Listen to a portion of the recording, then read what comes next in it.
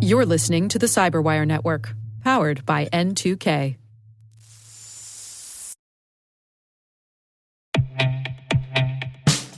And now a word from our sponsor, SpyCloud.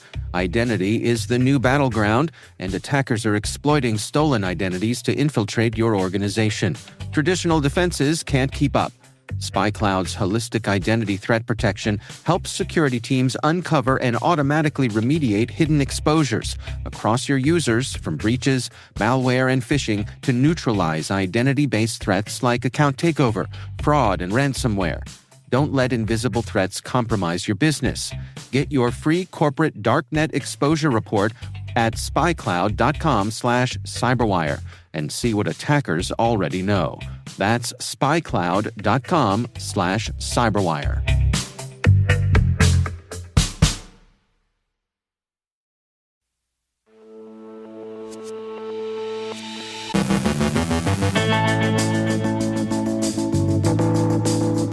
Researchers discover what may be China's largest ever data leak. CrowdStrike cooperates with federal authorities following last year's major software bug.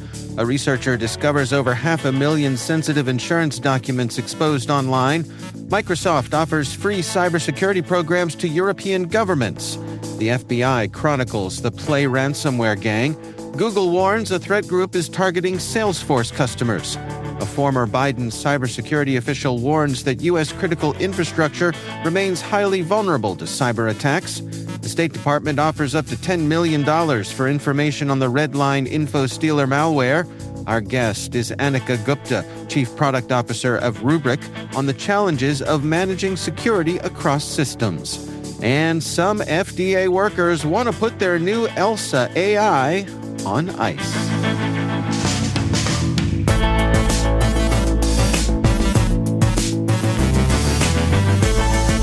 It's Thursday, June 5th, 2025. I'm Dave Bittner, and this is your CyberWire Intel Briefing.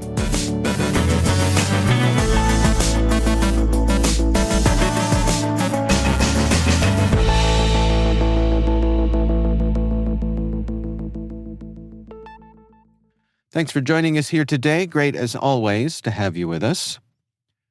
In what may be China's largest data leak ever, over 4 billion personal records, totaling 631 gigabytes, were exposed from an unsecured database.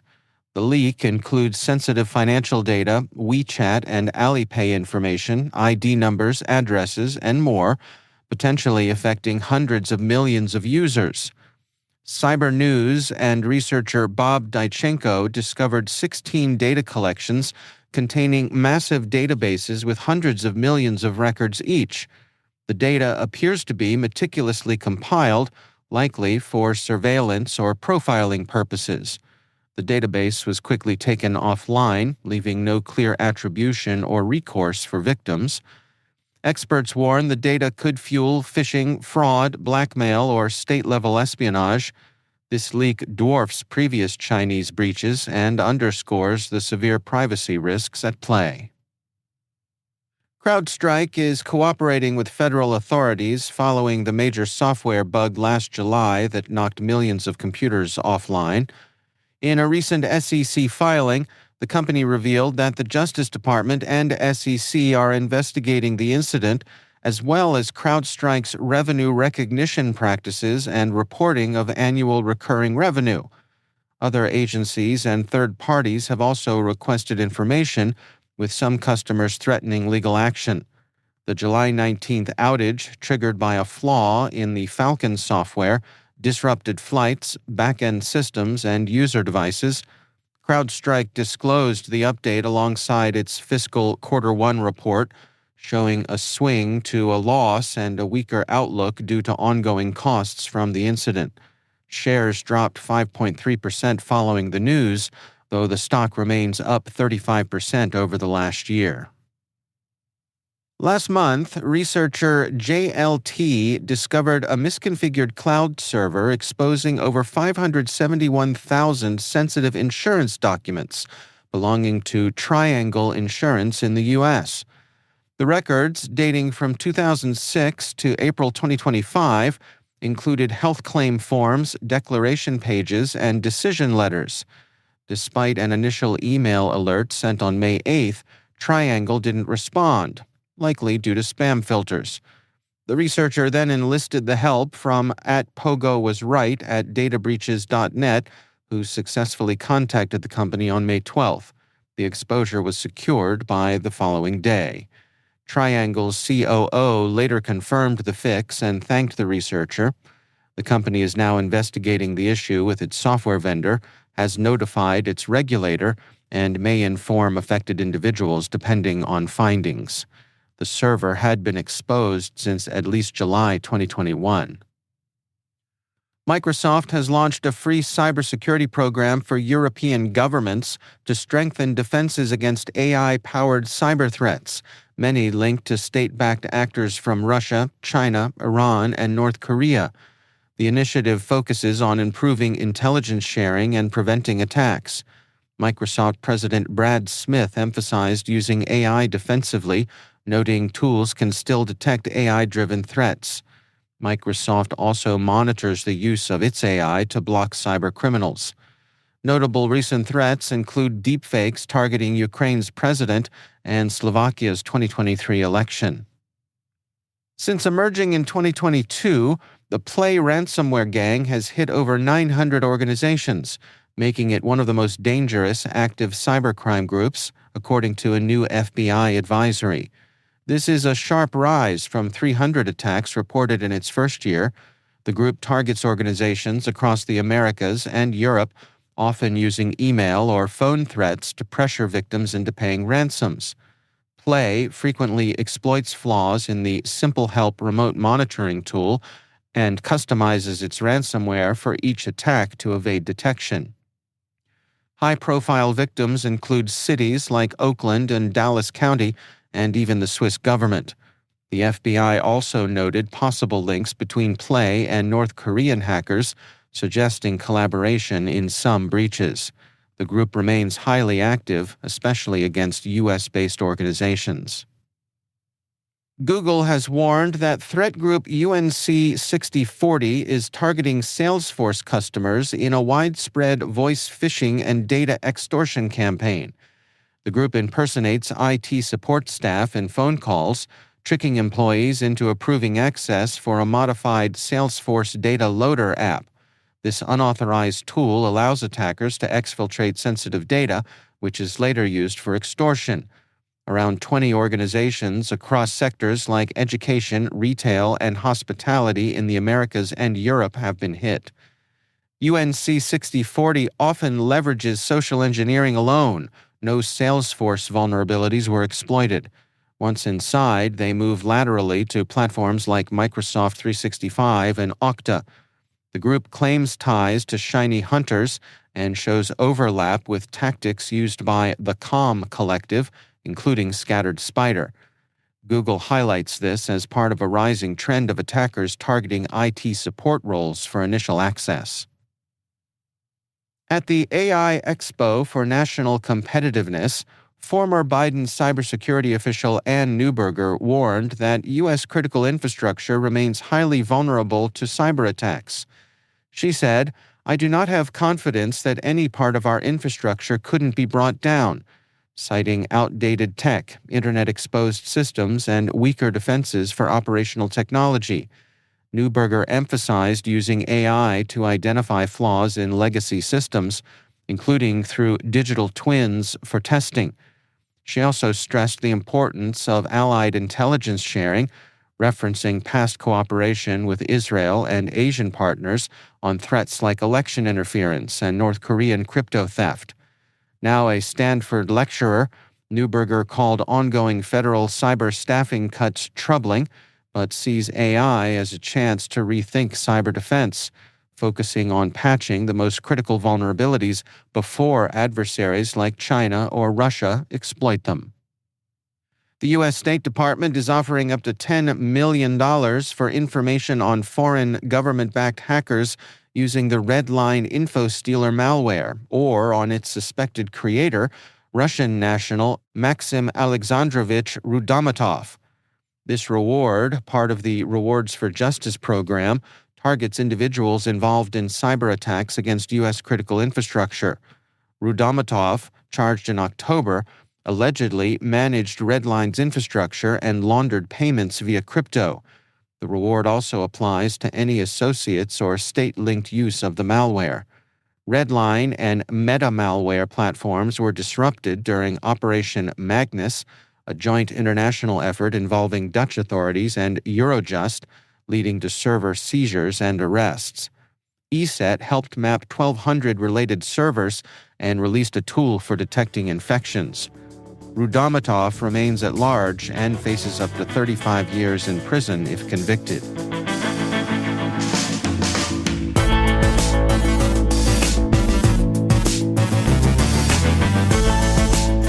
Coming up after the break, my conversation with Anneka Gupta from Rubrik. We're discussing the challenges of managing security across systems, and some FDA workers want to put their new Elsa AI on ice. Stick around.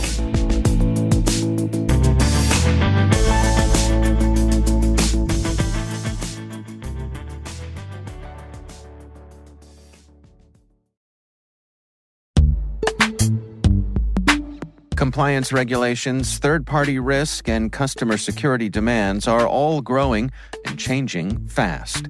Is your manual GRC program actually slowing you down?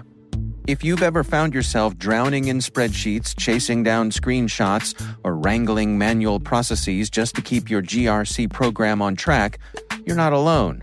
But let's be clear, there is a better way. Vanta's trust management platform takes the headache out of governance, risk, and compliance. It automates the essentials, from internal and third-party risk to consumer trust, making your security posture stronger, yes, even helping to drive revenue. And this isn't just nice to have. According to a recent analysis from IDC, teams using Vanta saw a 129% boost in productivity. That's not a typo, that's real impact. So, if you're ready to trade in chaos for clarity, check out Vanta and bring some serious efficiency to your GRC game. Vanta, GRC, how much easier trust can be. Get started at vanta.com/cyber.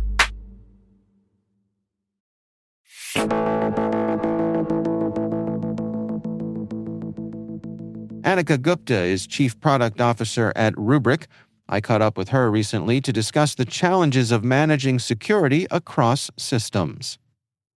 Well, I think what we can see is that over the past 10 years, as people have gone from being predominantly in data centers to adopting a lot more cloud and SaaS applications within their infrastructure story, that what this has meant is that the number of services that they're using, the number of applications, and where all of the data that they have within their organization, whether it's their own internal data or their customers' data, is living in so many different places.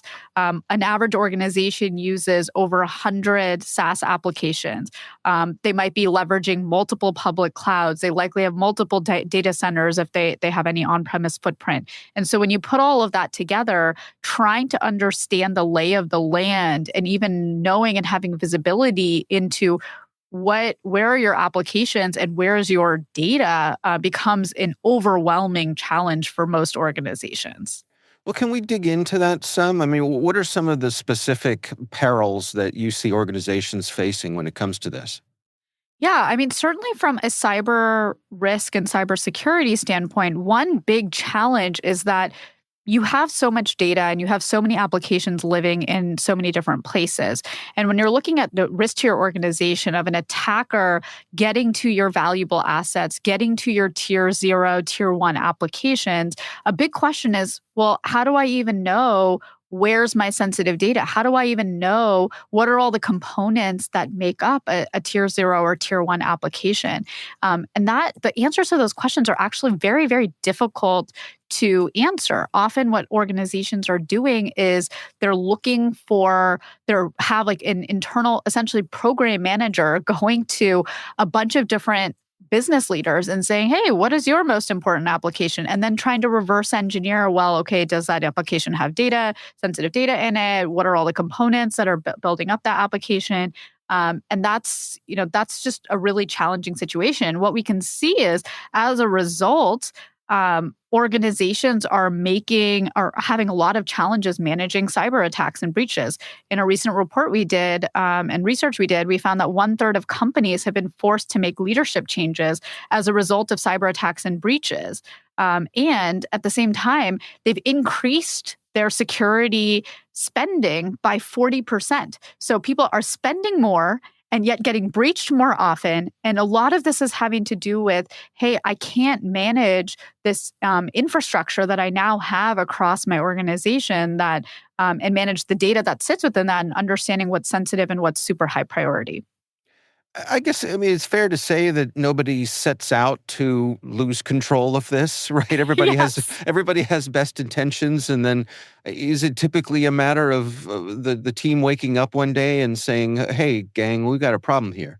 I don't think it's a one day you wake up and say, hey, I think I have a problem. I think it's just the result of running a business. The reality is that businesses have to grow, they have to make money, they have to innovate. And when you have multiple business leaders and multiple R&D organizations and your IT organization, everyone trying to innovate, they're trying to use best of breed solutions and best of breed tools and applications in order to move faster and deliver business results. So it's just the fact of doing business. And I think security teams for a long time have recognized, well, and have been anxious about the fact that they're giving up control and that they don't know what's going on in their environments. And as people move to the cloud, you have developers that are just sometimes just spinning up instances without using a golden image or doing a ton of things that are not best practices because they're trying to move fast. And people aren't trying to be malicious. They're just trying to do their jobs faster and faster. And AI is only going to exacerbate that even further, where people are using AI because it's a great productivity boost. So people are trying to find the best tools, the best mechanisms to do their work better and to deliver those business results. And that's just meaning that over time, the tools for visibility and just haven't been able to keep up with the amount of innovation and sprawl that's happening within organizations. Are there common mistakes that you see people making as they try to get this under control? Yeah. I mean, I think one is just say and I wouldn't say this is like necessarily super common because I think every security leader is trying to do something. But I think some people are also feeling like, well, is this my highest priority thing? Is it getting visibility across my applications and data? Is that my highest priority issue? Or is it just trying to mitigate the active attacks that are happening to me right now? And I think that's a real trade-off that some organizations have to make based on resources, both people resources as well as technology, budget, et cetera. So I think there's some organizations that are not saying, hey, how do I lay the foundation, which starts with visibility and understanding your applications, understanding where does your sensitive data live, and being able to classify that so you can protect your most valuable crown jewels, and not have to worry about every single alert that's emerging and trying to mitigate that, especially if it's against something that isn't super important to your organization. I mean, you still have to go do all of that work too, but I think a lot of teams get caught in the reactive mode and not enough in the, hey, what can I do proactively to give myself more visibility so I can be better prepared for the future? And where do I lack visibility? People lack visibility all over the place. So how do you decide what you invest in first to give you the visibility that you need in your organization? And I would argue that having visibility into your sensitive data and your sensitive applications is super, super important building block. It's also really hard to do. So often folks don't invest enough in it because it just is it's a big initiative to go after. Well, when you say visibility, how do you specifically define that? I think understanding, for instance, if let's say you're a financial institution, understanding in the course of your business, what are your most important applications that you just cannot afford to be down because it would actually just completely break your organization or cause you massive regulatory issues. That's one. And then being able to understand, well, for my organization, what is the data that is most important and most sensitive and confidential. Again, maybe because it's related to your customers or because of regulatory issues that may emerge if that data is breached or lost in some way. And if you can understand both of those things of, hey, I know what my applications look like that are my most important. So for banking, it's probably the core banking application. It's the core way that they manage money transfers across accounts and in and out of the bank. Like those are the things that are going to be the absolute critical applications. And then the data might be like their customers' personal information and their customers' financial information. That might be their most critical asset, because that's the thing that if it gets breached or lost, like they're in it's a massive risk to the organization. So I think like leaders have to take this approach of, for my organization, where does my highest risk lay, both in terms of the applications themselves and the data? And then how do I get visibility into this on an ongoing basis of, how do I identify these critical applications? And then how do I identify where does critical customer data live, so that you can, on an ongoing basis, monitor that, making sure that critical customer data isn't going into a dev instance or isn't getting exposed to public IPs on the internet, things like that are very critical to manage in order to ensure that you protect those crown jewels. For someone who's ready to go down this path, what sort of advice do you have for them, specifically in terms of how disruptive this is going to be or not as they begin the process? So I think, as with any change, you have to think about both, as a leader, you have to think about both the people, the process, and the technology that's going to be involved in making this change. So from a people perspective, like, who are you going to allocate to making this successful? How are you going to make sure that the key business leaders are brought along with this? Because it's not like IT or security can go do this effort in a vacuum. They need the cooperation of the business leaders across the organization. They need to figure out why are they doing this effort? How do they articulate the why? How do they articulate the risk to the organization, and how they're trying to mitigate those risks by going down and doing these efforts?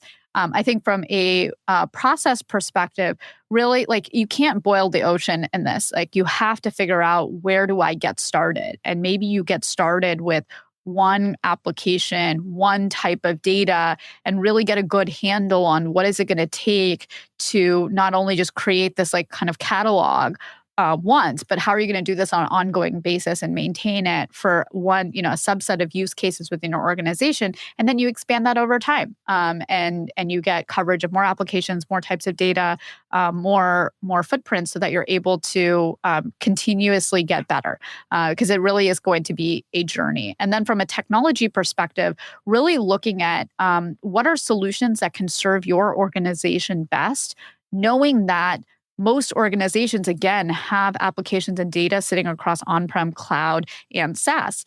So can you buy a technology that's not just a point solution for one type of application in your organization, or one type of use case, but buy something that's going to take you on that's going to be on that journey with you, that's going to give you centralized management and visibility no matter where your applications are, where your data is.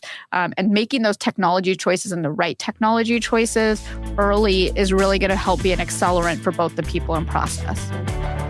That's Anneka Gupta from Rubrik.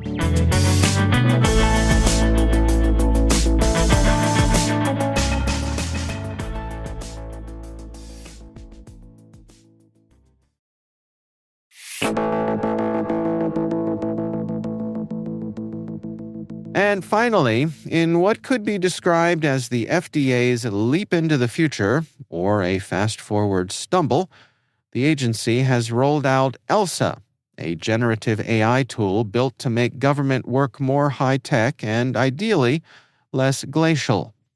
Heralded as the dawn of a new AI era, Elsa is supposed to help everyone from scientific reviewers to inspectors whip through data and spot health risks faster than a caffeine-fueled intern. But according to FDA insiders, Elsa might be better suited to writing office memos than evaluating life-saving drugs. The system, based on Anthropic's Claude and developed by Deloitte to the tune of $28.5 million, has already been caught spouting inaccuracies and offering partial truths, which, to be fair, is kind of on brand for Washington. Staff have labeled it rushed, buggy, and more hype than help. Still, the FDA insists it's secure and promising. Just maybe keep Elsa away from clinical decisions for now.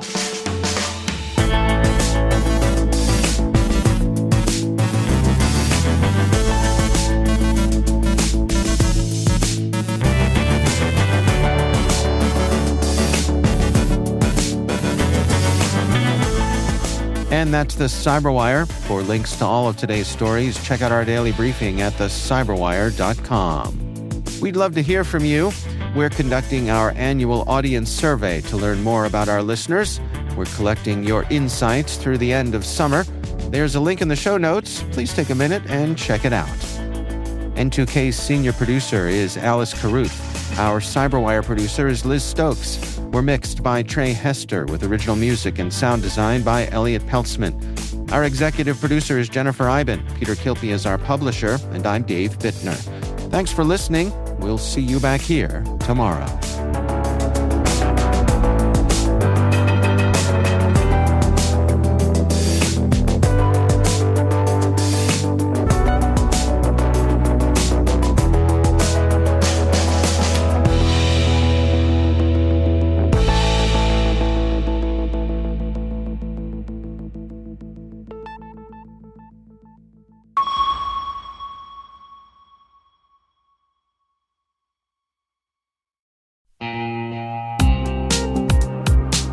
Hey everybody, Dave here. I've talked about Delete Me before, and I'm still using it because it still works. It's been a few months now, and I'm just as impressed today as I was when I signed up. Delete Me keeps finding and removing my personal information from data broker sites, and they keep me updated with detailed reports, so I know exactly what's been taken down. I'm genuinely relieved knowing my privacy isn't something I have to worry about every day. The Delete Me team handles everything. It's the set it and forget it peace of mind. And it's not just for individuals. Delete Me also offers solutions for businesses, helping companies protect their employees' personal information and reduce exposure to social engineering and phishing threats. And right now, our listeners get a special deal, 20% off your Delete Me plan. Just go to joindeleteme.com/N2K and use promo code N2K at checkout. That's joindeleteme.com/N2K, code N2K.